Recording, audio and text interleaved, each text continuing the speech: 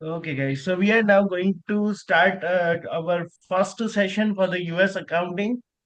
So as I told the all of you, मतलब first of all tell me कितने लोग यहाँ पे हिंदी गुजराती से comfortable and who is just comfortable in English, ऐसा कोई है जिसको सिर्फ इंग्लिश ही समझ में आता है?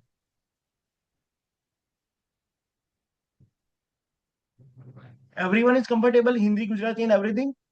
Yes sir, yes sir.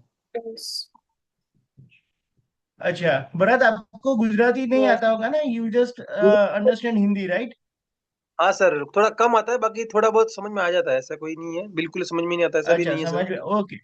या okay, I will try to make combination of Hindi English so everyone will remain like comfortable. Okay. Okay, so let me just first of you like introduce with the industry. What is US accounting and how मतलब US accounting क्या है और वो Indian accounting से कैसे different है? So first understand, एक चीज समझते हैं कि पूरे ग्लोबल में आप कहीं पे भी चले जाओ, इफ यू आप इंडिया जाओ, यूएस का बात करो, यूके का बात करो, ऑस्ट्रेलिया का बात करो, accounting concept will never change. Accounting हमेशा सेम ही रहेगा. मतलब जो हमारे यहाँ पे एक्सपेंस डेबिट होता है, इनकम क्रेडिट होता है, असेट डेबिट होता है, लायबिलिटी क्रेडिट होता है, the same thing will apply to all the world. ऐसा नहीं है कि अमेरिका वाले कुछ अलग कर रहे हैं. They are following the same principle. ठीक है, हमारे यहाँ पे अकाउंटिंग स्टैंडर्ड होते हैं, उनके वहां पे यूएस गैप होता है. But the thing is accounting level पे जब हम बात करते हैं तो everything will remain the same. Taxation हर एक कंट्री का अलग हो सकता है. ठीक है, जैसे कि यूके में वैट चलता है, यूएस में सेल्स टैक्स चलता है, इंडिया में जीएसटी चलता है. जीएसटी में भी कहीं कहीं कंट्री पे मल्टीपल रेट्स चलते हैं, कुछ कुछ कंट्री में फ्लैट रेट चलते हैं. So taxation can be different, but जो अकाउंटिंग है वो ऑलवेज और ऑलवेज ऑलवेज सेम ही रहेगा. So you guys are not required to be worried कि यूएस अकाउंटिंग हमें आएगा कि नहीं आएगा. इट विल डेफिनेटली, अगर आपके अकाउंटिंग कंसेप्ट ट्वेल्थ तक के भी अच्छे हैं, अगर आप बीकॉम में है और आपने ट्वेल्थ तक भी अच्छा किया है accounting, then you guys can definitely do that. So be confident about that. This is going to be a very smooth journey. आपको बहुत मजा आने वाला है and at the end of the course you will feel confident कि हमें भी कहीं ना कहीं अच्छी जॉब मिल ही जाएगी. So be ready for that. Okay sir. Okay. So now I'm going to share my screen and we will understand some basic concept for the US accounting. कि US accounting में क्या आता है, कैसे ये हमें थोड़ा नया लगता है compare to India, otherwise everything is very much same. So I am just sharing a screen now.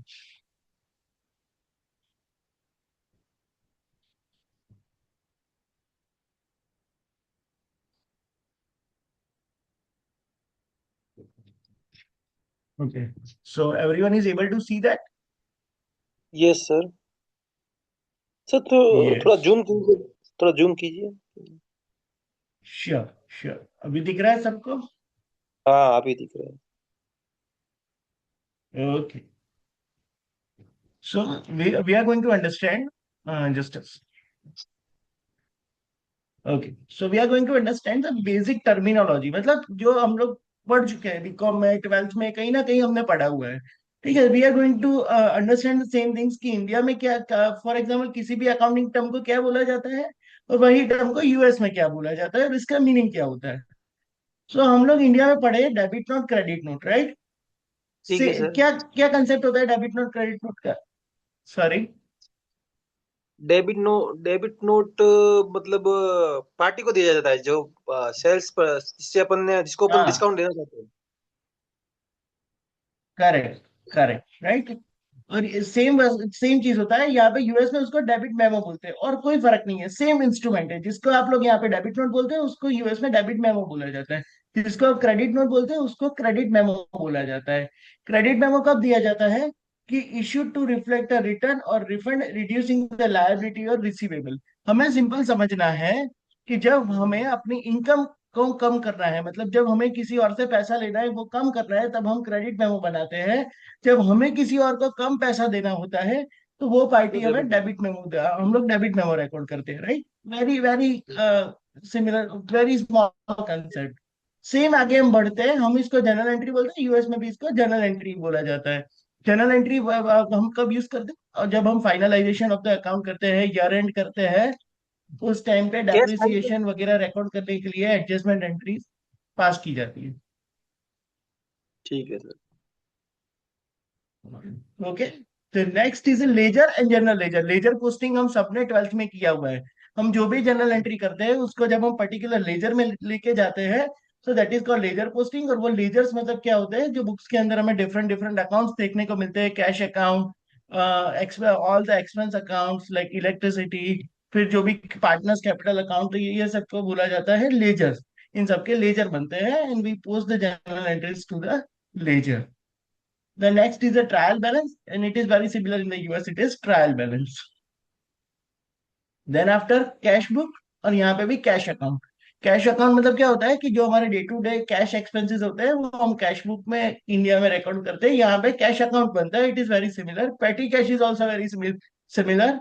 Cash account और पेटी कैश में क्या डिफरेंस होता है कि कैश अकाउंट में आपके थोड़े बड़े ट्रांजेक्शन होते हैं जो आपने कैश में किए होते हैं. Petty cash is very much small amount, daily expenses, stationery, office, चाय पानी वगैरह. Okay, so this is going to be your petty cash account. Then this is very important terminology, sundry debtors and sundry creditors. हमने बहुत बार BCom की books में ये terminology पढ़ी है, sundry debtors and sundry creditors. It is very similar. Debtor is account receivable and sundry creditor means accounts payable. Account receivable का मतलब क्या होता है, when we have to collect money from someone, that is account receivable. जब हमने किसी को अपना इनवॉइस क्रिएट करके दिया होता है, so it creates account receivable, and when he pay, so our AR will reduce. At the same time, what is sundry creditors? Accounts payable. मतलब we have to pay to someone. Once we pay them, तो हमारा accounts payable कम हो जाता है. So account receivable is our asset, accounts payable is our liability. Similar, debtors is our asset, creditor is our liability. Then very important concept in both the Indian and US accounting, bank reconciliation. जो भी लोग India में job करते हैं, this is going to be our day to day activity, right? बिल्कुल दिन sir. शुरू हुआ नहीं कि बैंक रिकंसिलिएशन स्टार्ट हो गया. ठीक है, सो बैंक हाँ हाँ। Reconciliation is a very common concept. क्या होता है? So bank reconciliation is basically a statement. Bank reconciliation क्या है? वो कोई अकाउंट नहीं है. Bank reconciliation is a statement which is showing difference, जो डिफरेंस शो करता है between your books of accounts and as per bank passbook. So what transactions are there in the passbook? Should the same transaction will be there in your books of accounts at the end of particular period. तो क्या show करता है bank reconciliation हमें, कि कितना difference है आपके passbook में और आपके बुक्स ऑफ अकाउंट में at the end of particular period. Of at the end of particular period मतलब बैंक रिकंसिलिएशन जनरली मंथली होता है. At the end of each month हम उसको करते हैं. So that is going to be a period. So क्या anyone has any question till now? क्योंकि यहाँ तक की सारी टर्मिनोलॉजी बहुत ही सिंपल सी, so that's why I don't take much time on that. Yes sir, यहाँ तक सेम है। आता है सबको समझ में? Yes sir. Anyone have any question? No. Smith, any question? No sir. Okay. Isha, any question? No sir. समझ में आ रहा है ना सब कुछ? बिल्कुल सर। हाँ।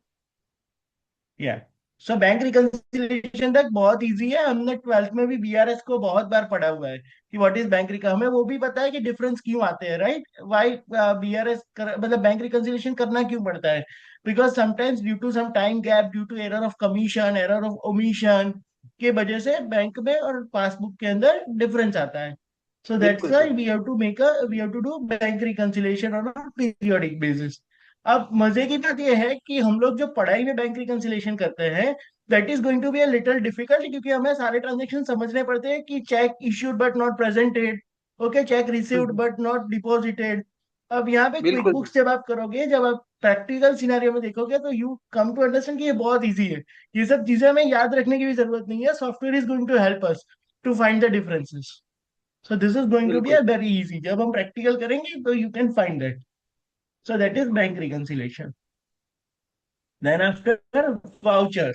वाउचर मतलब सपोर्टिंग डॉक्यूमेंट ऑब्लिक इनवॉइस. मतलब वाउचर क्या होता है यूएस अकाउंटिंग में, कि अगर आप कोई भी ट्रांजेक्शन करते हो तो क्लाइंट आपको चेक इमेज देता है, समटाइम्स आपको वाउचर्स देता है, based on that you created the invoice. तो वो सारे आपको वहां पे एज अटैचमेंट सेव करने होते हैं. तो दैट इज कॉल्ड वाउचर। वो जस्ट एक इंफॉर्मेशन वाला डॉक्यूमेंट है, इसका कोई अकाउंटिंग इम्पैक्ट नहीं होता है। ठीक है, this is just for our record purpose.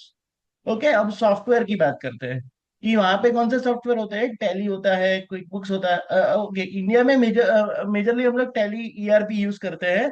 अभी तो आई थिंक बहुत सारे नए सॉफ्टवेयर भी आ गए हैं, टैली के अलावा भी आते हैं बहुत सारे, जैसे कि जोहो बुक्स आ गया है।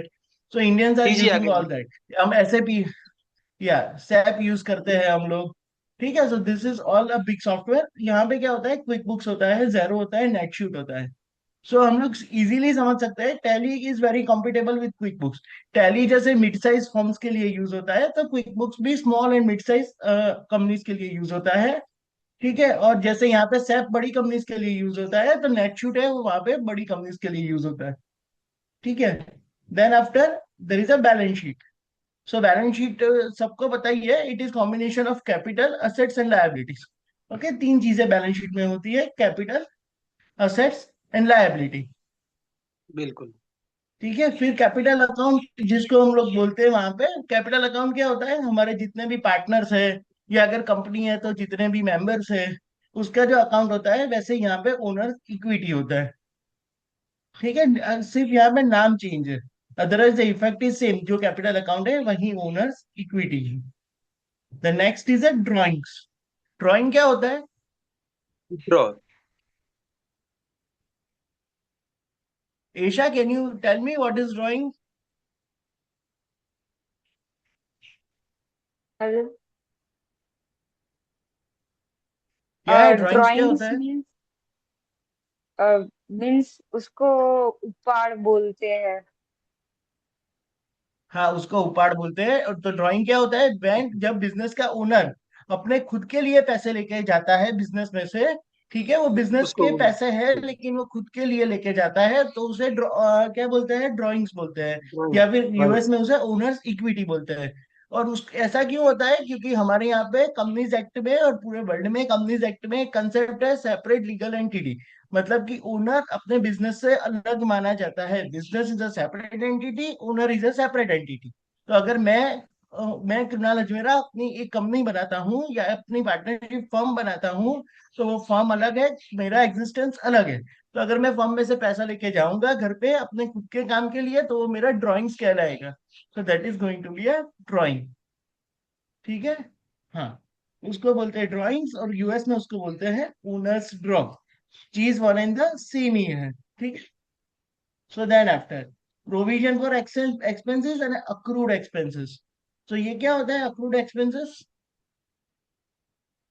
Nilesh, Krima, can anyone, can any one of you tell me what is provision for expenses? आने वाले समय के लिए जो खर्चे होने वाले हैं उसके लिए सर। हाँ, सो ये बेसिकली अक्रूवल का कंसेप्ट है। ओके, कैश बेस्ड अकाउंटिंग में ये आपको देखने को नहीं मिलता है। That is going to be a concept of accrual accounting. ठीक है, तो इसमें क्या होता है कि कभी कभी आप भले ही पेमेंट डिले करते हो, लेकिन आप जो खर्चा रेगुलर बेस पे आता है, अब इसमें कौन से खर्चे होते हैं जिसकी प्रोविजन हम कर सकते हैं? सो दैट इज बेसिकली ये रिकरिंग एक्सपेंस। रिकरिंग मतलब बार बार होने वाले खर्चे। जैसे कि आप कोई ऑफिस चला रहे हो, तो आपके वहां पे क्लीनिंग स्टाफ आता है, आपका इलेक्ट्रिसिटी बिल आता है, आप रेंट पे करते हो। तो this is the expenses which are very definite. ये करने ही पड़ेंगे if you want to run the business. तो ये सारे जो खर्चे आपको बिजनेस रन करने के लिए कंपलसरी है, बार बार होते हैं, एवरी मंथ होते हैं, एवरी पीरियोडिक क्वार्टरली होते हैं या सेमी एनुअली होते हैं, तो उसका हम प्रोविजन कर सकते हैं। इसको बोलते हैं प्रोविजन फॉर एक्सपेंसेस, या फिर दैट में हम उसको बोल सकते हैं अक्रूड एक्सपेंसेस। किसी को इसमें है क्वेश्चन? सर बार बार का होता है सर, अक्रूड तो ये हो गया सर, जब से आने वाले समय में कोई बड़ा खर्चा होने वाला है उसके लिए प्रोविजन तो वो हो गया सर। नहीं नहीं, बट अक्रूवल जनरली किसके लिए रखा जाता है, जिसको हम एंटीसिपेट कर सकते हैं। समझ रहे हो? हम मतलब लोग सर मतलब अक्रूवल कि किसका रख देते हैं, जो खर्चे। हाँ, इसमें दो कंसेप्ट है। या तो वो रिकरिंग एक्सपेंस है, मतलब जो आप एंटीसिपेट कर रहे हो कि हर साल इतना, हर महीने इतना खर्चा होता ही है।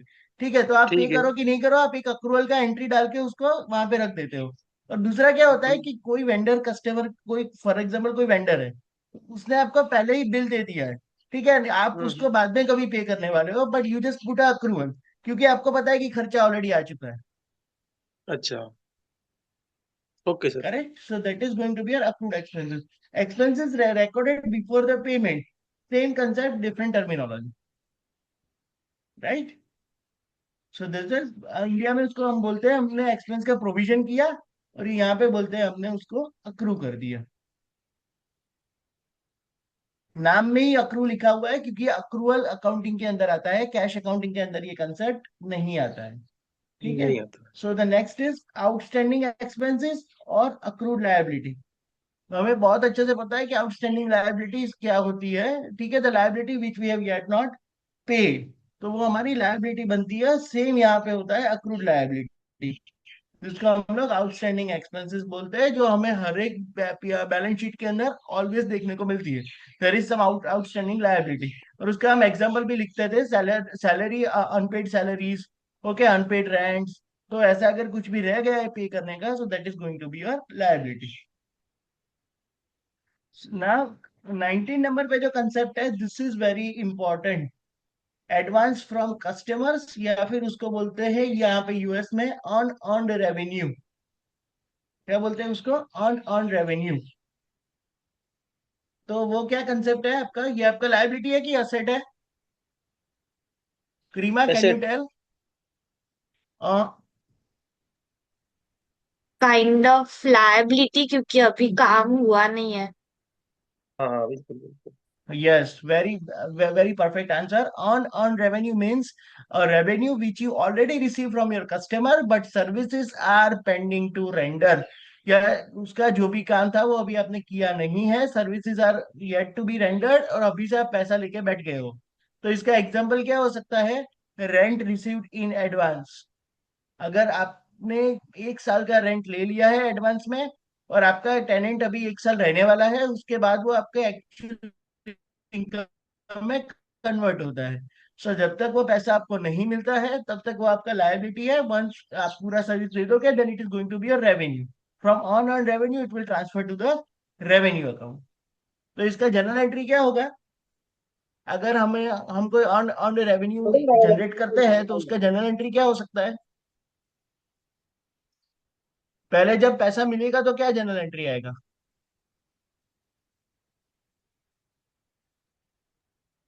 Cash account debit. Nilesh, can you tell? हाँ, बोलो बोलो। Yes. Cash account debit to unearned. Revenue. Yes. Cash oblique bank account debit to unearned revenue. And जब एक्चुअल में हम पूरा कर लेंगे तब क्या होगा entry? When we perform the services. Cash और bank account debit to rent account. No no no, हमने जो लायबिलिटी रेज किया था ना पहली जनरल एंट्री में, cash oblique bank to unearned revenue, उसको हम रिवर्स करेंगे। Unearned revenue income debit, unearned revenue account debit to revenue account, to income account और to revenue account. So that is going to be your general entry. Bank दोबारा से नहीं आएगा क्योंकि bank में पैसा दोबारा नहीं आने वाला है। ओके, या सो उसके बाद है 20 नंबर पे है, यहाँ पे इनपुट आउटपुट जीएसटी, और यहाँ पे है सेल्स टैक्स इनपुट क्रेडिट। ये कंसेप्ट हमें सेल्स टैक्स समझने के टाइम पे बहुत काम में आने वाला है। हमारे यहाँ पे कैसा कंसेप्ट है इंडिया में? ये मटेरियल जो है ना वो थोड़ा सा मतलब पुराना है। मैं I would like to update you on this. जी, हमारे यहाँ पे क्या सिस्टम है जीएसटी में, कि आप लोग जितना भी जीएसटी का सेल्स करते हो, जो भी सेल्स करते हो जिसपे जीएसटी आप भरते हो, तो उसमें से आप जो भी परचेज के टाइम पे आपने पे किया था वो आप माइनस कर लेते हो, right? That is going to be बिल्कुल your sir. Input tax credit. Okay. बिल्कुल इनपुट। यूएसए में ऐसा कंसेप्ट नहीं है, यूएसए में कोई आपको क्रेडिट नहीं देगा सेल्स के ऊपर।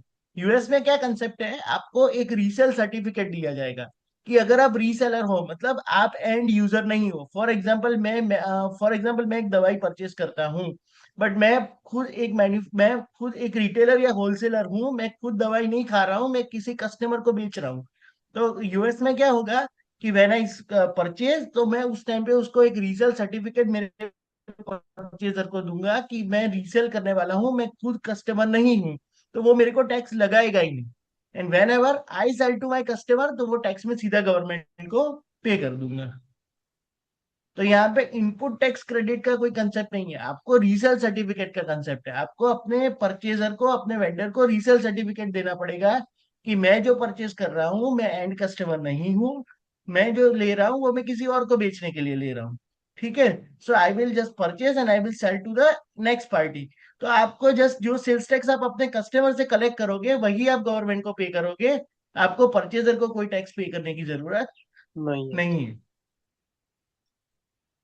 समझ में आ रहा है? सो यहाँ पे इनपुट टैक्स क्रेडिट का कंसेप्ट नहीं है यूएस में।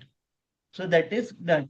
The next is a TDS. यहाँ पे टीडीएस होता है, जैसे कि आपको पता है ये टीडीएस क्या है, जो भी सैलरीड है उसको तो बहुत अच्छे से पता है कि एवरी मंथ सैलरी में से अगर आपका सैलरी टैक्स लिमिट से बाहर जा रहा है तो आपके सैलरी में से टीडीएस कट जाएगा। ठीक है। And at the end of the year वो कैलकुलेट होगा और रिफंड आएगा, या तो आपको एडिशनल जो भी है वो पे करना पड़ेगा। तो वहां मतलब आपके सैलरी में से आपका एम्प्लॉयर, टीडीएस का मतलब है टैक्स डिडक्ट एट सोर्स, आपका तो एम्प्लॉयर ही आपकी सैलरी में से सर्टेन पोर्शन काट लेता है और सीधा गवर्नमेंट को पे कर देता है। यहाँ पे उसी चीज को बोलते हैं federal oblique state with holding. चीज सेम ओके। है, दोनों सेम है। हाँ सेम ही है, यहाँ पे भी एम्प्लॉय के पेचेक्स में से पैसा कटता है, एम्प्लॉय के सैलरी में से, वहां भी एम्प्लॉय के सैलरी में से कटता है। ठीक है। फर्क क्या है, यहाँ पे इसको टीडीएस बोलते हैं, वहां पे उसको बोलते हैं federal oblique state withholding. Withhold करना मतलब रोक के रखना। So that is withholding. Okay. फिर next is a books of अच्छा। अकाउंट। तो यहाँ पे जिसको बुक्स ऑफ अकाउंट बोलते हैं उसको वहां पे अकाउंटिंग रिकॉर्ड सीए, तो ठीक है कोई बड़ी बात नहीं है इसके अंदर। ओके। दो लास्ट छोटी छोटी टर्मिनोलॉजी है, यहाँ पे फाइनेंशियल ईयर और वहां पे फाइनेंशियल ईयर। अब हमारा फाइनेंशियल ईयर क्या चलता है, अप्रैल से अप्रैल। मार्च तक। मार्च तक। राइट। बिल्कुल सर। हाँ। वहां पे क्या चलता है, वहां पे जनवरी। कैलेंडर ईयर चलता है। 99% businesses will follow calendar year, January to December. ठीक है। तो हमारा टैक्स कब ड्यू होता है, आफ्टर अप्रैल मई के बाद होता है। ठीक है। उनके वहां पे टैक्स ड्यू होता है जनवरी फरवरी में, क्योंकि उनका कैलेंडर कब खत्म होता है, दिसंबर में। तो उनके वहां पे टैक्स सीजन आता है फरवरी में। यूएस में दो टैक्स सीजन आता है, एक फरवरी में आता है और दूसरा जो आता है वो अगस्त सितंबर में आता है। ठीक है। सो ठीक है sir. We will discuss all this thing detail जब हम आगे बढ़ेंगे, तो ये बहुत बार ये सब कंसेप्ट आएंगे वापस से। अच्छा, नेक्स्ट इज स्टॉक। यहाँ पे जिसको स्टॉक बोलते हैं वहां पे इन्वेंट्री बोलते हैं, और इन्वेंट्री वर्ड भी हमने सुना हुआ ही है, इंडिया में भी बहुत सी जगह पे इन्वेंट्री ही बोलते हैं, कुछ नया बोलते हैं। नहीं है उसमें। या inventory is our asset. Okay. The next is asset register, और वहां पे बोलते हैं असेट लेजर। ठीक है। This all terminology is okay, that's okay. ठीक है। अभी यहाँ पे जस्ट उन्होंने एक ओवरव्यू दिया कि टैक्स सिस्टम क्या होता है। तो यहाँ पे क्या होता है, जीएसटी टीडीएस वगैरह रहता है। वहां पे क्या होता है, सेल्स टैक्स होता है, विथ होल्डिंग होता है, federal and state taxes. Okay. अब थोड़ा कंसेप्चुअली चेंज कहाँ पे है वो मैं आपको सेल्स टैक्स के परफेक्ट एक छोटा सा बता दूं। इंडिया में जैसे कि अपने को सीजीएसटी होता है, ओके, आईजीएसटी होता है और एसजीएसटी बिल्कुल। होता है। तो वहां पे भी क्या होता है, वहां पे तो इनकम टैक्स में भी स्टेट और फेडरल अलग अलग अलग चार्ज करते हैं। अब हमारे यहाँ पे ऐसा नहीं है कि इनकम टैक्स में आप इंडिया का इनकम टैक्स अलग पे करते हो और गुजरात का इनकम टैक्स अलग पे करते हो। वहां पे इनकम टैक्स में भी बाइफर्केशन है। आपको फेडरल पे अलग, मतलब सेंट्रल लेवल पे अलग पे करना है, स्टेट लेवल पे अलग पे करना है, और तीसरा काउंटी और सिटी लेवल पे भी अलग पे करना है। मतलब ओ। अगर मैं फॉर एग्जाम्पल इंडिया की बात करूं और अगर मेरे को ये टैक्स सिस्टम लगता है, तो मुझे इंडिया का मतलब पहले इंडिया का टैक्स पे करना है, फिर मुझे गुजरात का टैक्स पे करना है, फिर मुझे फिर अहमदाबाद का गुजरात। टैक्स पे करना है। बात कर पूछना है, सही है। हाँ। हाँ।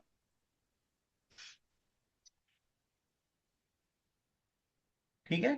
सो इस यहाँ तक किसी का कोई क्वेश्चन है, हमने ये जो बेसिक टर्मिनोलॉजी सारी पढ़ी, उसमें कहीं पे भी कुछ समझ में नहीं आया हो कुछ भी? आई थिंक ये डॉक्यूमेंट आप सबके पास है, राइट, ये मटेरियल? नहीं सर, मेरे पास नहीं है। वो ग्रुप में ही है, आपने डाउनलोड नहीं किया ग्रुप में से? मैंने सर अभी देखा नहीं होगा शायद ये तो। हाँ हाँ, वो सर बैच 4 वाला जो ग्रुप है ना, सेल्स उसमें टैक्स रखा वाला हुआ है, आप तो- वहां से निकाल लेना। ठीक है। अरे सेल्स टैक्स वाला थोड़ा समझाओ सर। हाँ। कौन सा वाला?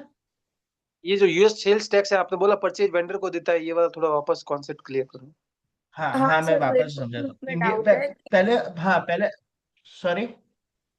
मेरे को भी उसमें डाउट है कि हम परचेसर को लाइक अलग टैक्स देते हैं और कस्टमर को अलग टैक्स देते हैं, क्या है नहीं उसमें?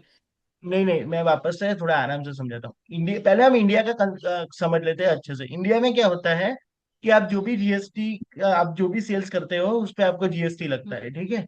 बट वो जीएसटी आपको सीधा सीधा नहीं लगता। आपने जो परचेस किया था उस टाइम पे जो जीएसटी पे किया था वो आप माइनस करते हो, एंड माइनस फिर कर जो देते लायबिलिटी हैं। निकलता है। सर इंडिया में ऐसे है कि जो प्रॉफिट हुआ उस पर जीएसटी देना है, ये बात है ना सर? हाँ हाँ हाँ हाँ, मैं वही कह रहा हूँ। तो माइनस हो गया ना, आपने जितना प्रॉफिट किया माइनस आपने जितना सेल किया, ठीक है। हम्म। हो गया वो माइनस करके, तो आप नेट के ऊपर देते हो। अच्छा, अभी यूएस वाले बोलते हैं कि हमें ये मगजमारी नहीं चाहिए नेट ऑफ करने की। व्हाट यूएस अच्छा। पीपल सेज, आप जब भी सेल करो, आप अपने कस्टमर से जितना भी टैक्स कलेक्ट करो वो हमको सीधा सीधा दे दो, ठीक है। ठीक है। अगर आप रीसेलर हो तो, अगर आप एंड कस्टमर हो तो आपको टैक्स भरना ही है। एंड कस्टमर के लिए कोई छूट नहीं है। हम यहाँ पे बात ठीक है। कर रहे हैं बीच के मिडल मैन की, retailer B to wholesaler, B, उनकी बात चल रही है। बी टू बी या ठीक है, B to sorry. Sir B to B या बी टू सी हाँ, बिजनेस? हम यहाँ पे बी टू बी की बात कर रहे हैं। हाँ। जैसे कि मैं कहीं से परचेस कर रहा हूँ और मैं खुद भी एक बिजनेसमैन हूँ, मैं खुद यूज नहीं कर रहा हूँ, मैं आके सेल कर रहा हूँ। ओके, एक ओके सेकंड। सर।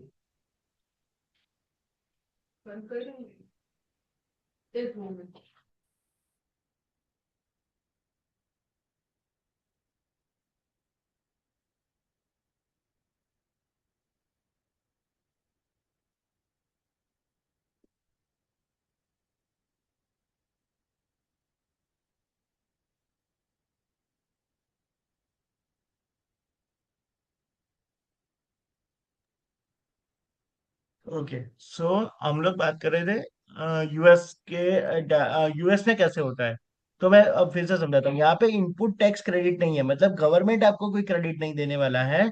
गवर्नमेंट आपको क्या हम्म। बोल रहा है कि आप जब भी सेल करते हो, आप अपने कस्टमर से जो भी पैसा कलेक्ट करते हो वो सीधा हमको दे दो, ठीक है। और अगर ठीक। आप बिजनेसमैन हो तो आप जिसके पास से परचेस कर रहे हो, जो भी मैन्युफैक्चरर है या होलसेलर है, जो भी है, आप जहां से परचेस कर रहे हो उसको रीसेल सर्टिफिकेट गवर्नमेंट की, आप जब भी सेल्स टैक्स रजिस्टर करोगे तो आपको एक रीसेल सर्टिफिकेट मिलेगा, ठीक है। वो रीसेल सर्टिफिकेट आपको उसको दिखाना है कि आई एम अ रिटेलर और I am a middle man, I am a B to B, तो ये मेरा रीसेल सर्टिफिकेट है। जैसे ही आप उसको रीसेल सर्टिफिकेट दोगे तो वो आपसे टैक्स कलेक्ट नहीं करेगा, तो अच्छा आपके जेब में कोई बर्डन आने ही नहीं वाला है। समझ रहे हो? अच्छा अच्छा, मतलब वो नेट नेट रेट पे आने वाला, मतलब जो फैक्ट्री फैक्ट्री का मुनाफा लगा के। हाँ हाँ, आपका जो छोटा सा प्रॉफिट का जो पोर्शन है उस पे ही आप पे कर रहे हो, आप और कहीं पे भी पे नहीं कर रहे हो। ठीक है, नहीं नहीं तो सर वहां सर, पे रीसेल सर्टिफिकेट का कंसेप्ट है, हमारी तरह वो लोग क्रेडिट नहीं देते हैं। वो तो समझ गया सर, जैसे उन्होंने मतलब टैक्स लगा के नहीं दिया, फैक्ट्री वाले ने अपन को टैक्स लगा के नहीं दिया। हाँ, फिर आपका अपन टैक्स आपका लगा, जो बिल आपका जो बिल आएगा वो विदाउट टैक्स आएगा। ठीक है विदाउट टैक्स आ गया, फिर अपन को जितना भी लग रहा है कस्टमर से जितना भी लेना है वो लेके अपन उसको देंगे। बस पे कर रहे हैं, हाँ बस, दैट्स इट। फिर वो जो टैक्स है वो गवर्नमेंट को देना है, मतलब ये। हाँ हाँ, तो ऐसा ये नहीं है कि कॉन्सेप्ट है सर। गवर्नमेंट हर एक स्टेज, हाँ, तो गवर्नमेंट हर एक स्टेज पे टैक्स कलेक्ट नहीं करता है, वो एक ही बार कलेक्ट करता है फाइनल कस्टमर्स, दैट्स इट। अच्छा, ठीक है, मतलब फैक्ट्री वाला जो भी उसकी जो भी थोड़ा मार्जिन है वो कलेक्ट लगा के अपन को बिल देगा विदाउट टैक्स। हाँ, फिर अपन को अभी जो आ भी गया टैक्स, सबको समझ में कि अब, आप हाँ मेरे को हाँ, समझ में अभी आया और किसी को बिल्कुल। डाउट है? स्मिथ, नो, नीलेश, किसी को भी no, no sir. No sir sir. इसमें नहीं, आ इसमें गया नहीं। समझ में बिल्कुल? ईशा, क्रीमा। या, यस। हाँ। हिनाली जी को ओके, समझ यस। में आया नहीं आया? Yes sir. सर इसमें ओके, जीएसटी का फाइलिंग करना पड़ता है या ऐसे ही होता है? नहीं, इसमें भी जैसे हम जीएसटी फाइल करते हैं ना, जीएसटी R1 करते हैं, 3B करते हम्म। हैं, वैसे यूएस में भी एवरी मंथ एवरी क्वार्टर आपको सेल्स टैक्स फाइल करना पड़ेगा। लेकिन आप ईयरली करोगे कि मंथली करोगे, सेमी एनुअली 6 महीने पे करोगे, वो आप डिसाइड नहीं करोगे, वो गवर्नमेंट डिसाइड करेगा। गवर्नमेंट पे एज पर योर सेल्स का जो टर्नओवर होता है ना आपका, उसके ऊपर वो आपको देगा कि आपको मंथली इंडिया करना में है, वैसे ही आपको है सर। क्वार्टरली करना है, या कैसे करना है। इंडिया में वैसे ही है सेम सर, एज, जितना हाँ हाँ, वैसे ही है, हम्म इधर भी है वैसा ही है, based on your turn. Turnover. ठीक है, और सर ये टीडीएस में भी जैसे ओके। कि इंडिया में सब सेक्शन अलग अलग होते हैं, उसमें कलेक्ट किया जाता है TDS तो ऐसे ही यूएस में होता है हाँ, कि विथ होल्ड में? नहीं, यूएस का कैसा है कि उसको कैसे विथहोल्डिंग करना है ना, उसका उसने पूरा एक वो शीट ही बना के दे दिया है। हर एक एम्प्लॉयर को वही फॉलो करना है। वो मतलब वो कैसे विथहोल्ड होता है ना, वो आपको हम जब पेरोल वाला सेक्शन पढ़ेंगे ना, तो वहां पे हम पूरा कवर करने ही वाले हैं। सो एट दैट टाइम आई अच्छा। विल टेल यू कि पेरोल में विथहोल्डिंग कैसे होता है। सर ये विथ होल्डिंग सिर्फ और यहाँ पेरोल पे, के लिए ही है? हाँ, withholding is only for the payroll. मतलब और कोई आपके टैक्सेस वहां नहीं पे भी, होता? आप एक समझो, आपके वहां पे टीडीएस कहाँ पे लगता है? सैलरी अ, लेवल पे, राइट?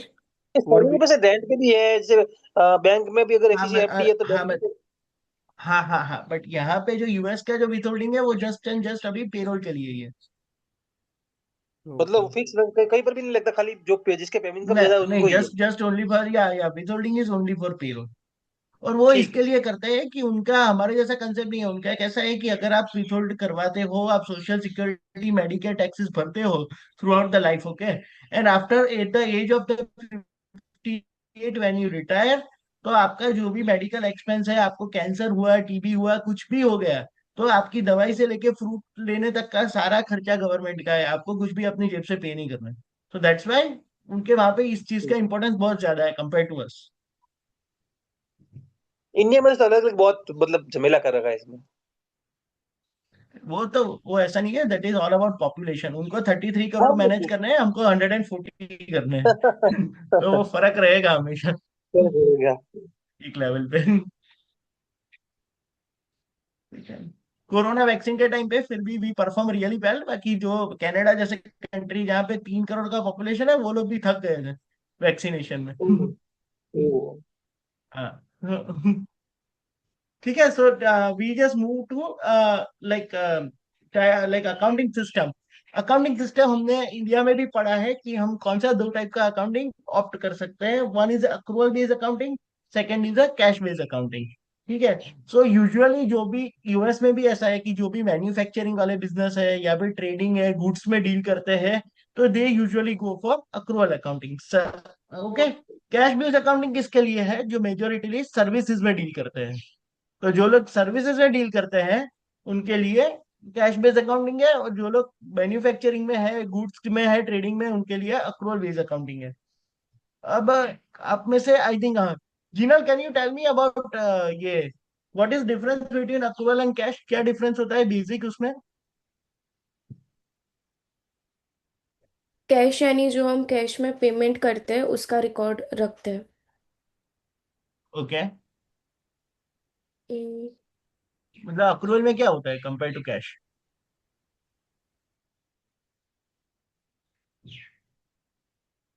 डाउट पूछो, अगर नहीं पता है तो यू शुड आस्क डाउट कि मेरे को नहीं पता है अक्रूवल सिस्टम कैश सिस्टम का डिफरेंस।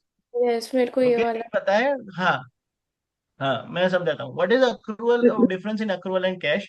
अक्रूवल का सिंपल मतलब होता है जब भी ट्रांजेक्शन होगा उसी टाइम पे मैं उसको रिकॉर्ड करूंगा, दैट इज अक्रूवल। और कैश का मतलब है कि ट्रांजेक्शन कभी भी हो, जब बैंक में से पैसा आएगा या बैंक में से पैसा जाएगा, तभी मैं रिकॉर्ड करूंगा, that is cash based ट्रांजेक्ट cash based accounting. Credit भी तो बोल सकते हैं इसको अक्रूवल्स में कैसे? क्या डिफरेंस? हाँ बोलो। क्रेडिट क्रेडिट क्रेडिट बिलिंग भी बोल सकते हैं इसको, क्रेडिट बेस्ड अकाउंटिंग इसे भी बोल सकते हैं क्या? हाँ हाँ हाँ। सो अक्रूवल और कैश में मेन डिफरेंस क्या होता है? अक्रूवल में आपको अकाउंट रिसीवेबल, अकाउंट्स पेएबल वाले कंसेप्ट देखने को मिलेंगे, अक्रूड एक्सपेंसेस, अक्रूड लेंगे। लायबिलिटी देखने को मिलेगी। बट कैश बेस पे आपको ये सारे कंसेप्ट देखने को ही नहीं मिलेंगे, क्योंकि वहां पे ना इनवॉइस जनरेट होता है, ना बिल रिकॉर्ड होता है। कैश में क्या होता है? एक्सपेंस किया मतलब बैंक से पैसा गया, और इनकम मतलब बैंक में पैसा आया। सिंपल कंसेप्ट है। आपको कोई इनवॉइस रिकॉर्ड नहीं करना है, कोई बिल रिकॉर्ड नहीं करना है, सीधा एक्सपेंस कर किया, सीधा पैसा मिला। That is called cash based accounting. ठीक है। उसमें आपको कोई रिसीवेबल पेएबल का कंसेप्ट नहीं देखने को मिलेगा। ठीक है। Okay okay. तो अक्रूवल बेस किसके लिए ज्यादा वाइबल है? जिसके बिजनेस ट्रांजेक्शन बहुत ज्यादा है, जिसको ट्रैक करना पड़ता है, जिसको जिसके कस्टमर साइकिल्स में उसको पैसा देते हैं, मतलब जिसको टर्म्स देनी पड़ती है। मोस्ट ऑफ बिजनेस जो यूएस में है वो 30 डेज 60 डेज की टर्म पे चलते हैं। आप आज इन्वेस्ट अच्छा। करोगे तो वो 60 दिन में आपको पैसा देगा। तो ऐसे जहाँ पे कस्टमर्स है, तो आपको अक्रूवल बेस्ड अकाउंटिंग पे ही जाना पड़ेगा। सर्विसेज किसके लिए है? कैश बेस्ड बिजनेस किसके लिए है? सर्विस बिजनेस जो ऐसे ही चलता प्रोफेशनल है, जैसे कि है, ऑफर बेस्ड डॉक्टर है। चलता है। सॉरी। इंडिया में सर ऐसे चल रहा है ना, मतलब जैसे कैश का तो ठीक है बट बाकी ज्यादातर क्रेडिट पे ही चल रहा है, मतलब अकाउंट पे ही चल रहा है ऐसे। हाँ नहीं, वो डिपेंड करता है आपके बिजनेस के क्वांटम पे। अगर आपका बिजनेस छोटा ही है तो आप ये मगजमारी में पड़ोगे ही नहीं अक्रूवल वाली। पढ़ो पढ़ो अगर आपका बिल्कुल यही टर्नओवर ही बोल रहा लिमिटेड है, हाँ हूँ। करेक्ट, तो कैश बेस किसके लिए है? बिल्कुल। रेस्टोरेंट बिजनेस है, या फिर आपका कोई छोटे डॉक्टर, आप छोटे डॉक्टर हो, लॉयर हो, आप कोई लॉ फर्म चलाते हो, या आप सी, जैसे यहाँ पे सीए फर्म है, आप वैसे आप सीपीए फर्म चलाते हो, मतलब इन शॉर्ट आप सर्विस बिजनेस में हो। मेजोरिटी वही लोग कैश बेसिस पे जाना पसंद करते हैं, otherwise everyone will remain in the accrual basis. ठीक है, तो यहाँ पे अपने को थोड़ा सा दिखाया है कंसेप्ट। ठीक है, तो हम थोड़ा यहाँ पे आज के दिन में पढ़ते हैं। सो सिनेरियो क्या है? Invoice Saint on December 28, paid on January 25। मतलब हमने कस्टमर का इनवॉइस दिसंबर 28 को ही भेज दिया था, उसने पेमेंट किया हम्म। जनवरी 5 में। अब अगर आप यूएस के हिसाब से समझो तो कैलेंडर ईयर चेंज हो गया। आपने भेजा था हाँ, 2000 फॉर एग्जांपल 2024 के दिसंबर में, और आपको कलेक्ट हुआ 2025 के जनवरी में, तो यहाँ पे चेंज हो गया। अगर आप अक्रूवल बेस्ड अकाउंटिंग फॉलो करते हो तो आपकी इनकम कौन से मंथ में गिनी जाएगी? दिसंबर महीने में। और अगर आप कैश में डील करते हो, कैश बेस्ड अकाउंटिंग में, तो आपकी रेवेन्यू कब गिनी जाएगी? जनवरी। जनवरी। तो अभी हाँ, तो अभी मैं बहुत से क्लाइंट के साथ काम कर रहा हूँ, तो वो लोग क्या कर रहे हैं, अभी मेरे को फोन कर रहे हैं कि भाई कृणाल, दिसंबर महीना है, मैंने अपने सारे कस्टमर्स को बोल दिया है कि अभी दिसंबर में मुझे कोई इनवॉइस मत भेजना। आपको जो भी भेजना है ना, वो आप मेरे को मतलब मेरे किसी भी इनवॉइस का पेमेंट मत करना है। आपको जो भी पेमेंट करना है ना, वो आप मेरे को जनवरी में करना है, जो कैश बेस वाले हैं। और अक्रूवल वाले क्या अच्छा। करेंगे? अक्रूवल वाले इनवॉइस ही रिकॉर्ड नहीं करेंगे, वो जनवरी में ही जाके अभी करेंगे। क्योंकि क्या, साल चेंज हो गया, आपको इनकम की नई लिमिट मिल गई। इस साल की मिल गई। इनकम की लिमिट अगर बढ़ गई तो टैक्स ज्यादा आएगा। तो वो याद टैक्स आया। अवॉइड करने के लिए वो लोग क्या करते हैं, इनवॉइस रिकॉर्ड ही नहीं करते दिसंबर में, दे रिकॉर्ड इन जनवरी। तो सर यूएस में सर इतना सर मतलब है, जैसे वहां पर तो गवर्नमेंट इतनी स्ट्रिक्ट नहीं है क्या सर? अरे ऐसा नहीं है, जैसे कि मैं और तू एक पार्टी है, ठीक है, मैं तेरे से माल परचेज करता हूँ, ठीक है, तो सिंपल सी बात है, मेरे तेरे रिलेशन ही ऐसे है। तू दिसंबर की जगह जनवरी की डेट गवर्नमेंट ऐसे डाल के इन्वेस्ट करेगा तो गवर्नमेंट क्या कर लेगी? नहीं नहीं सर, जैसे अपने यहाँ पर कैसा होता है, जीएसटी मैंने कोई इनवॉइस ऐसे क्रिएट ऐसे किया, पकड़ में नहीं आता है। ऐसे पकड़ में नहीं आता, वही बोल रहा हूँ मैं सर उसमें। क्योंकि वहां तो इतना हाँ स्ट्रिक्ट है, यूएस मतलब यूएस तो बड़ा नहीं नाम हो गया उधर, ऐसे तो। नहीं उसके कैसा है, वो तो आप जैसे जैसे आगे हम लोग स्टैटिस्टिक्स पढ़ेंगे ना, तो आपको समझ में आ जाएगा कि उनके सिर्फ नाम बड़े हैं, दर्शन इंडिया जितने भी नहीं है। उधर बहुत लूफॉल है, you can easily take advantage. आप आराम से एडवांटेज ले सकते हो अगर आता है तो। मैं आपको मेरे एक क्लाइंट हाँ। का नाम नहीं बताऊंगा, ऐसे ही बता रहा हूँ, उसका $3 मिलियन का हम्म रेवेन्यू है, मतलब $30 लाख का रेवेन्यू है साल का। बराबर, he is paying zero hmm. Tax. Oh. वो होते हैं सेटिंग्स सब, बहुत आगे की चीजें है, लेकिन बहुत सेटिंग्स होते हैं, सब जगह पे होते हैं, सिर्फ यहाँ पे नहीं, हर मतलब जगह मेरे पे कहने होते का हैं। तो मतलब ये है कि इंडिया में सर जैसे छोटा व्यापारी भी है, उसको हम्म जीएसटी का ई जारी करो, ई वे भी बिल बनाओ हम्म। बनाओ, मतलब बहुत सारे झमेले लेकर। लेकिन यूएस तो उससे बड़ा अपने से मतलब बहुत आगे तरक्की कर रखा है, लेकिन उसके पास वो बोले कि इनवॉइस रोक रहे हैं वो। उसमें ये ऐसा तो बहुत यूए बड़ी भी, बात है। ना ना ना, उसमें और ऐसा नहीं, सिर्फ यूएस की बात नहीं है, मेजोरिटी जो भी, आप न्यूजीलैंड पकड़ लो या आप कनाडा पकड़ लो, तो वहां पे अभी भी उनके वहां पे हमारे जितना पॉपुलेशन नहीं है, स्टाफ लिमिटेड होता है समझो। तो उनका यहाँ पे अच्छा। काफी काम भरोसे पे चलता है, ऐसा नहीं है कि वहां पे सब चोरी करने ही बैठे हैं। ठीक है, हाँ, मैं वही आपको मैं बोल ऐसे रहा भी सर। क्लाइंट बताऊंगा कि जिसको हम लोग बताएंगे कि आप ऐसे बचा सकते हो, टैक्स चोरी कर सकते हो, आपको सामने से बताएगा नो आई वांट टू पे द टैक्स। तो वहां पे हाँ। वैसे भी लोग हैं। ठीक है सर, वहां पे हमारे जैसा नहीं है कि चोरी करना ही है टैक्स का, वो लोग टैक्स को बचाने से ज्यादा बिजनेस को ग्रो करने में बिलीव करते हैं। सो ग्रो दैट इज करने अ में गुड भी। थिंग।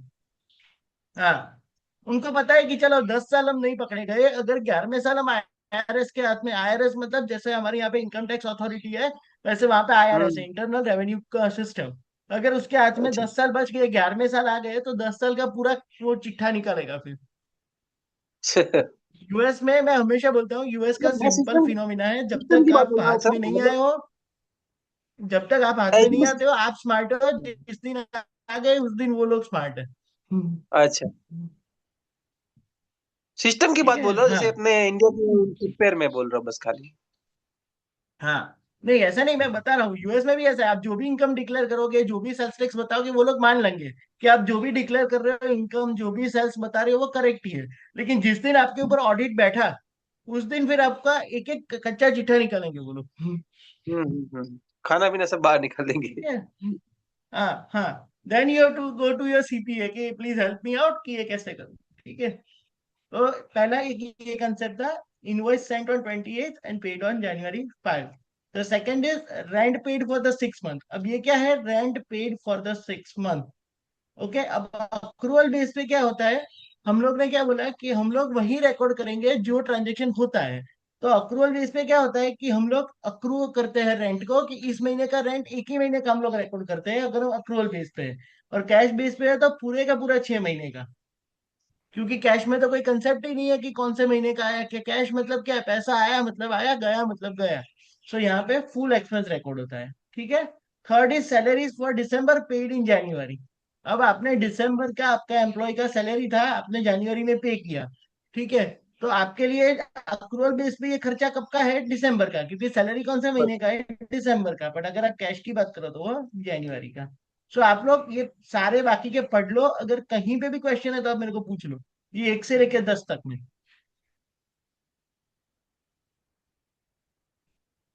तो ये 4 नंबर बताइए थोड़ा। अच्छा, inventory bought on credit. Okay. आपने हम्म। क्या किया, इन्वेंट्री बॉट किया क्रेडिट के ऊपर। अब अक्रूवल पे क्या एंट्री आएगा आपका। Expense with sold sold expense with paid. हाँ, आपने क्रेडिट क्रेडिट पे इन्वेंट्री खरीदा है। ठीक है। हम्म। तो आप कब रिकॉर्ड करोगे। दिसंबर में।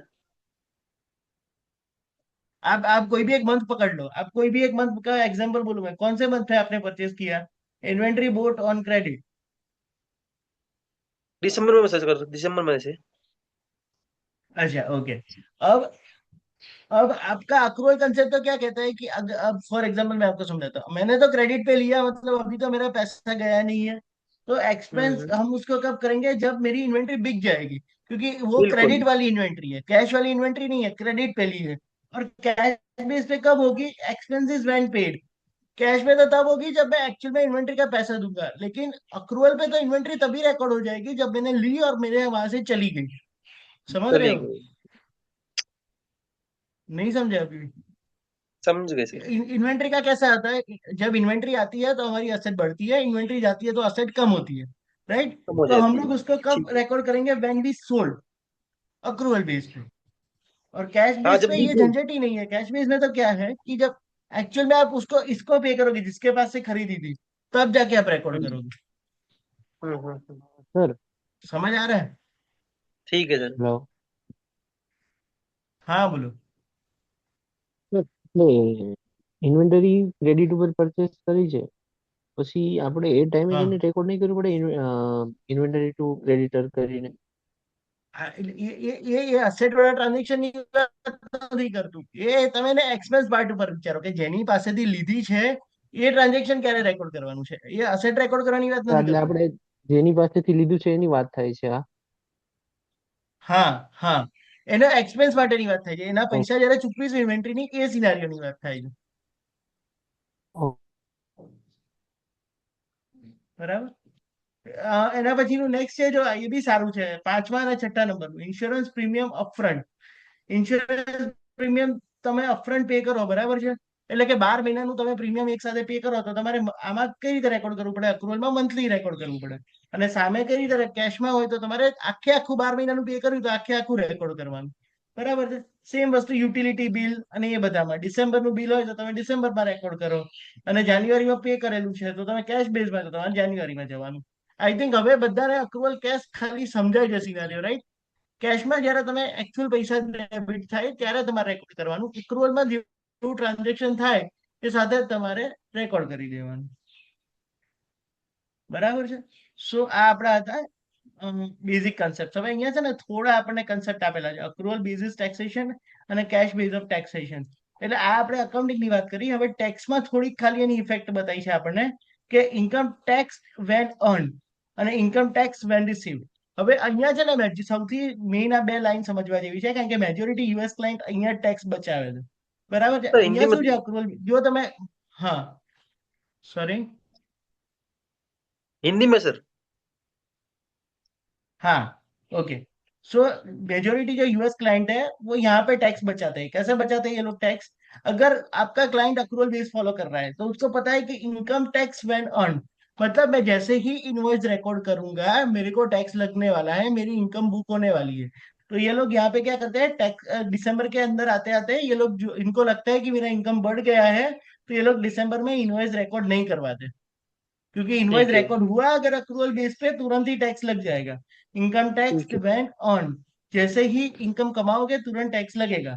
ठीक है, और अगर कैश बेस वाला क्लाइंट है तो वो इनवॉइस रिकॉर्ड करेगा, लेकिन वो अपने वाले को क्या बोलेगा कि मैं पेमेंट मेरे को मत भेजना, पैसा नहीं चाहिए मेरे को, मेरा इनवॉइस अपने पास संभाल संभाल के रख, मेरे को नेक्स्ट ईयर में पे करना है, अभी पे मत कर, क्योंकि उसको पता है कि अगर बैंक में पैसा आया तो टैक्स भरना पड़ेगा। वरना। करेक्ट। सेम सेम ठीक है। सेम कंसेप्ट होता है एक्सपेंस में, एक्सपेंस डिडक्टेड व्हेन इनकर्ड। तो इसका मजा बहुत से क्लाइंट मेरे लेते हैं, ये लोग क्या करते हैं, अपने अपने वेंडर्स को बोल के बिल ले लेते हैं और वो बिल रिकॉर्ड करते हैं दिसंबर में। तो खर्चा बढ़ता है, खर्चा बढ़ता है तो इनकम कम होता है, अल्टीमेटली टैक्स कम पे करना पड़ता है। ठीक है। और अगर आप कैश बेस पे हो तो आप ये एडवांटेज इसमें नहीं ले सकते, क्योंकि इसमें आप ऐसा नहीं कर सकते कि लाइक मैं पेमेंट एडवांस कर दूंगा, वो पैसा जाएगा बैंक से अल्टीमेटली। तो कैश बेस में थोड़ा प्रॉब्लम होता है कि आप वो दिखा नहीं सकते। अक्रूवल में तो क्या है, जितने बिल चाहो उतने डाल सकते हो। और कभी कभी हम क्लाइंट के डिमांड पे मतलब डुप्लीकेट बिलिंग भी करते हैं। अगर वो बोलते कि आप एक्सेस बिल डाल दो तो हम डाल देते हैं। फिर वो नेक्स्ट ईयर में जाके वो अपने वेंडर के साथ उसके रिलेशन होते हैं वो सेटल कर लेता है। कर लेता है। ठीक है। सर अक्रूवल बेस पे आपके पास टैक्स बचाने के थोड़े चांसेस ज्यादा है कंपेयर टू कैश। ठीक है, कैश में। क्योंकि कैश में तो सीधा सीधा दिखेगा जो आप करोगे वो। ठीक है। हम्म। जो इसमें क्या लिखा है लास्ट लाइन समझ, जैसे can result in higher taxable income if receivables are high. मतलब अगर आपके रिसीवेबल, आपको जो आपके कस्टमर से जो पैसा लेना है वो बहुत ज्यादा है, मतलब आपने बहुत सारे इनवॉइस रिकॉर्ड करके रखे हैं अपने, तो आपको टैक्स ज्यादा आने के चांसेस है। और यहाँ पे क्या होता है, allowance of deferral of income and acceleration of expenses. Deferral income इसको क्यों बोलते हैं, क्योंकि कैश बेस पे आपको कोई इन्वेस्ट तो रिकॉर्ड करना ही नहीं है। अगर आपने अपने कस्टमर को सिंपल बोल दिया कि मुझे आपसे जो पैसा लेना है वो ये महीने में मत देना, मैं तो नेक्स्ट जनवरी फरवरी में लूंगा, तो आप इजीली यहाँ पे हम्म। बच जाओगे। हम्म। लेकिन जैसे जैसे एक्रूड एक्रूड बेस्ड टैक्सेशन है ऐसे, लेकिन अगर इनवॉइस तो रिकॉर्ड रिकॉर्ड किए तो सेल्स टैक्स तो आदमी को देना ही है, वो ठीक है, इनकम वाला टैक्स उसको कम देना पड़ेगा। अरे भाई, इनकम टैक्स और सेल्स टैक्स के अमाउंट्स में ह्यूज डिफरेंस होता है। और नहीं नहीं, सेल्स जैसे टैक्स आपने वो बोला और तो हाँ, एक्रूड बेस से है तो इसने इनवॉइस तो रिकॉर्ड कर दी सर, तो उसको हाँ, टैक्स देना है। लेकिन कैश वाले में बोल रहे हो आप, बट कैश वाले में। नहीं नहीं, उसका, हाँ, उसका एक चीज मैं आपको बता देता हूँ। एक यूएस का बहुत बड़ा वो क्रैक्स है कि आप अकाउंटिंग अक्रूवल पे करते हो या कैश पे करते हो, उससे कोई फर्क नहीं पड़ता। सारे के सारे क्लाइंट जो भी सेल्स टैक्स पे करते हैं वो हमेशा कैश बेस पे ही करते हैं। कोई अक्रूवल बेस अच्छा पे अच्छा। सेल्स टैक्स पेमेंट करता ही नहीं है। हाँ, उसका हाँ। रीजन क्या है, वो उसका कंसेप्ट क्या है मैं समझा देता हूँ। क्यों सेल्स टैक्स हमेशा कैश बेस पे पे करना चाहिए, क्योंकि जो आपने अपने कस्टमर से आपको मिल, ठीक है, आपकी जेब में आ गया जो टैक्स, वही आप गवर्नमेंट को पे करोगे। फॉर एग्जाम्पल, अगर मान लो कि आज मैं किसी कस्टमर को इनवॉइस देता हूँ, वो मुझे 3 महीने बाद पेमेंट करने वाला है, तो उसका टैक्स मैं अभी से क्यों गवर्नमेंट को दूं? ठीक है, अदरवाइज मैं तो बिल्कुल आने खाली हो आएगा जाऊंगा। जेब में। हाँ, अगर मैं ऐसे करने बैठा है कि मैं आज सारे इनवॉइस रिकॉर्ड करूँ और मेरे सारे कस्टमर मुझे 3 महीने के बाद पे करे और उसका टैक्स मैं अभी से गवर्नमेंट को पे कर दूं, तो मैं तो खाली हो जाऊंगा, मेरा वर्किंग कैपिटल बहुत तो खराब इंडिया में तरीके से हैम्पर हो जाएगा। तो इंडिया में तो ऐसा ही हाँ, है सर, एडवांस टैक्स भर रहे हैं अपन इंडिया में तो। हाँ, वो तो है ही, यूएस में ऐसा नहीं है, यू आर अलाउड टू पे ऑन अ कैश बेसिस, तो आप कैश हाँ, बेस पे इंडिया में ही तो करोगे। इंडिया में तो एडवांस टैक्स भर रहे हैं लोग पहले, जैसे उनको पता है कि मार्च में अपना इतना वो बनने वो वाला है तो कितना, दो महीने पहले। वो बिजनेस के पॉइंट ऑफ व्यू से सोचो वो कितना पेनफुल है। आपको हाँ पैसा वही मिला वही। नहीं है कस्टमर से और आप गवर्नमेंट को टैक्स पे कर रहे हो। हाँ हाँ हाँ, वही। फिर अगर लास्ट में जैसे अगर उनको कम प्रॉफिट हो गया तो रिफंड भी आता है, ऐसी बात नहीं इंडिया में सर। बट वो पैसा टेम्पररी तो ब्लॉक हुआ ना, बिजनेस के लिए वर्किंग कैपिटल हाँ, इंपॉर्टेंट होता है। आपका अभी का कैपिटल। पैसा तो ब्लॉक हो गया ना 4-6 महीने के लिए। हाँ, तो इंडिया की बात कर रहे हैं अपन, बहुत मतलब इंडिया इम्पैक्टफुल की। है वहां पर। हाँ ठीक है, तो आई थिंक यहाँ तक किसी को डाउट है, otherwise we will take it right now till here only. कल हम लोग वापस से आगे बढ़ेंगे, क्योंकि now जो नेक्स्ट कंसेप्ट है वो थोड़े बड़े हैं, वो समझाने में ज्यादा टाइम जाएगा इसके लिए। Okay sir. अच्छा, right and sir. I just have one common question for all of you. Sunday को किन किन लोगों की अवेलेबिलिटी है ज्वाइन करने की? मैं आ जाऊंगा सर, भरत। नहीं मतलब कोई जिसको हाउस प्रॉब्लम है वही से बोलो, जिसको प्रॉब्लम है वो बताओ। मॉर्निंग का मैं जैसे ना क्लास। मैं नहीं आ पाऊंगा सर संडे हाँ को। मॉर्निंग 8 to 9 की बात कर। सॉरी। सर वो संडे को मैं टाइमिंग। नहीं आ पाऊंगा। अच्छा नहीं मतलब, हाँ अगर किसी एक को भी प्रॉब्लम है then we will continue in the on the Monday only. ठीक है, तो हम लोग मंडे को ही बट रखते हैं फिर। ठीक है, कल तो आप संडे को, अवेलेबल हो ना, सैटरडे को? Okay, sorry set. कल तो हाँ संडे को मॉर्निंग में होगा ना? कल नहीं, सैटरडे। हाँ 8 to 9, Saturday. 8 to 9। Okay, Sunday को कब होगा? सैटरडे भी 8 to 9। 8 to 9 टाइम तो यही रहेगा through out the batch, 8 to 9। Okay, तो संडे को 8 to 9 तो रहेगा, चलेगा मुझे। संडे चलेगा ना 8 to 9? हाँ तो मैंने हाँ इसलिए बोला है कि संडे को we can stretch little bit, और कुछ बड़े कंसेप्ट है तो वे Sunday I can take care for with like more efficiency.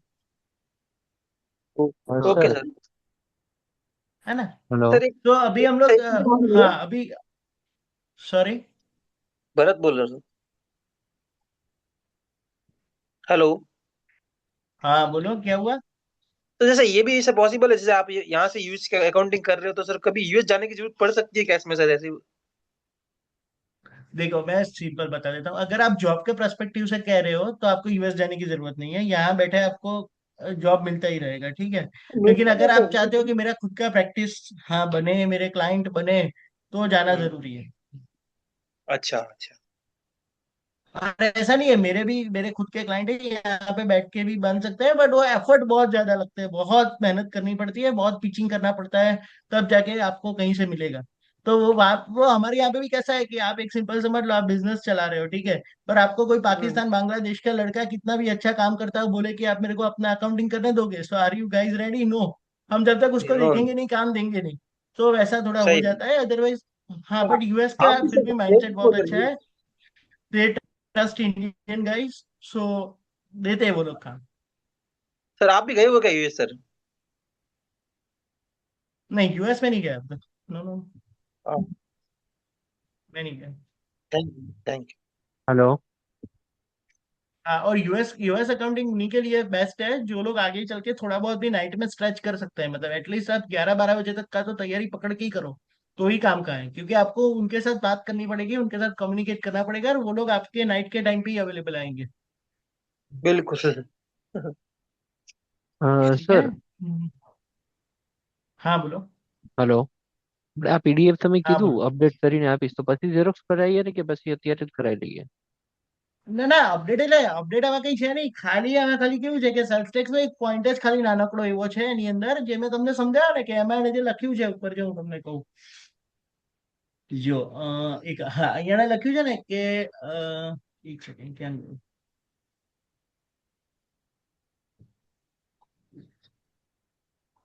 જે સેલ્ફ ટેક્સ વાળું એને છે ને એવું લખ્યું છે ત્યાં આગળ કે એની ક્રેડિટ મળે છે, એક મિનિટ. हाँ जो आ रहे हो, India uses GST, USS uses sales tax और वैट, ओके। कंसेप्ट डिपेंडिंग, हाँ जो यहाँ पे लिखा है ना, जो input tax credit, USA term है, ठीक है, इनपुट टैक्स क्रेडिट, तो ये जस्ट ये टर्म नहीं है, इनपुट टैक्स क्रेडिट वहां पे होता नहीं, दैट्स इट। अदरवाइज आप प्रिंट निकाल सकते हो, और कुछ गलत नहीं है इसमें। नहीं सर, ઓકે। एक और पॉइंट है मेरे सर। हाँ बोलो। हेलो। तो जैसे अपने जीएसटी, अपने हाँ इंडिया बोलो का बोलो। जीएसटी है। Hello.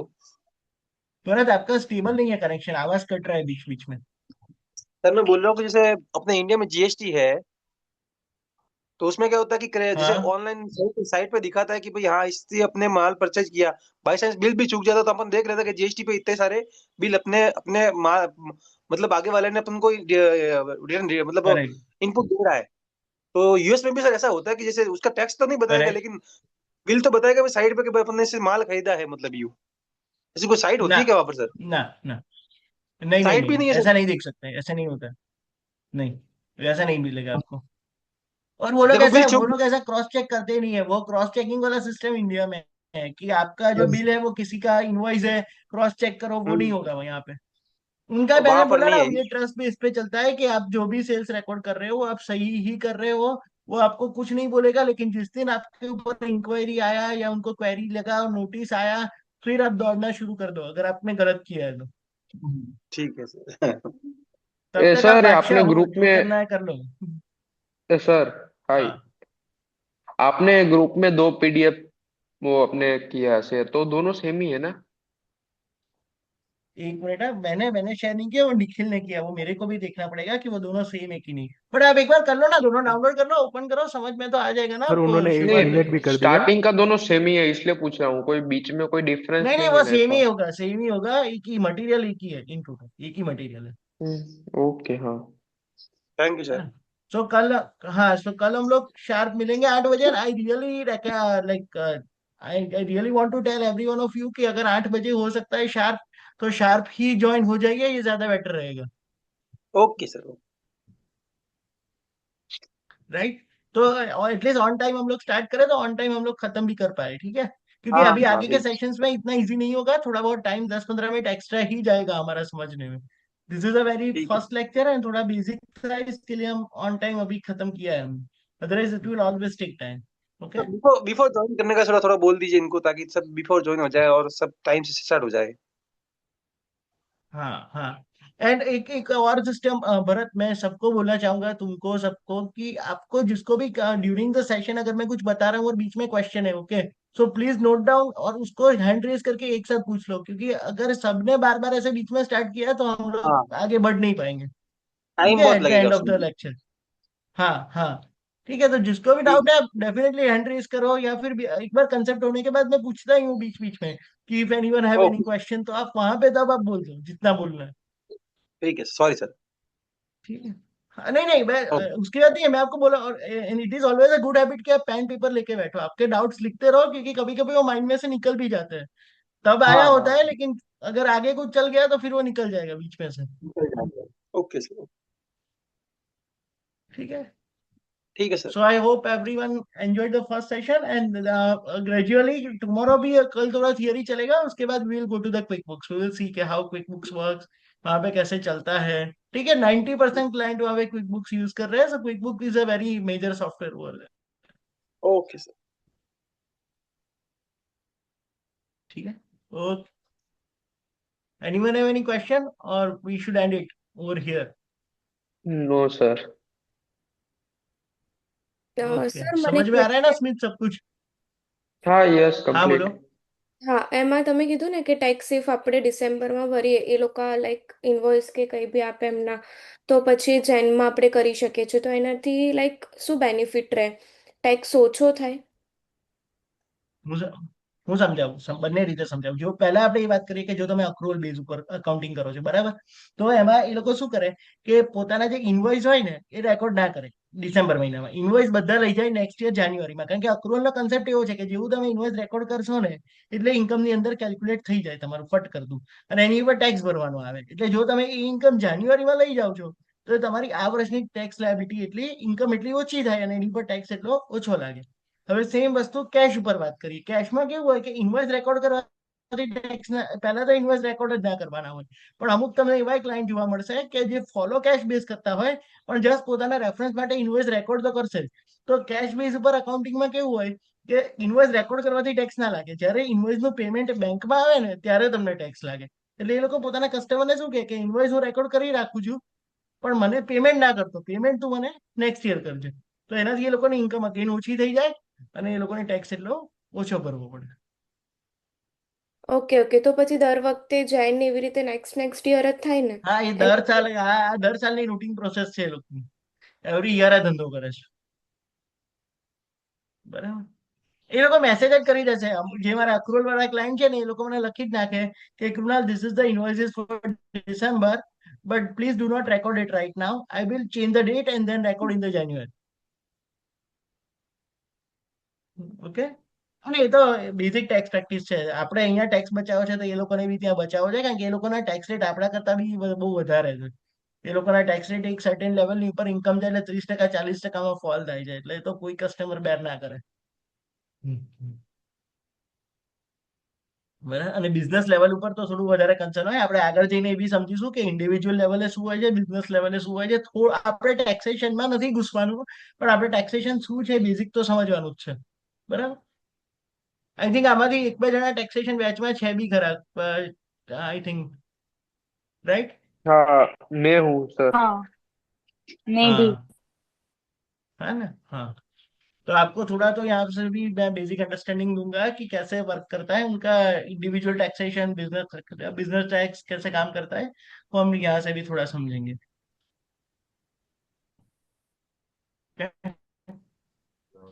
Okay, everyone, then goodbye for today, and we will meet on Saturday, same 8 o'clock in the morning.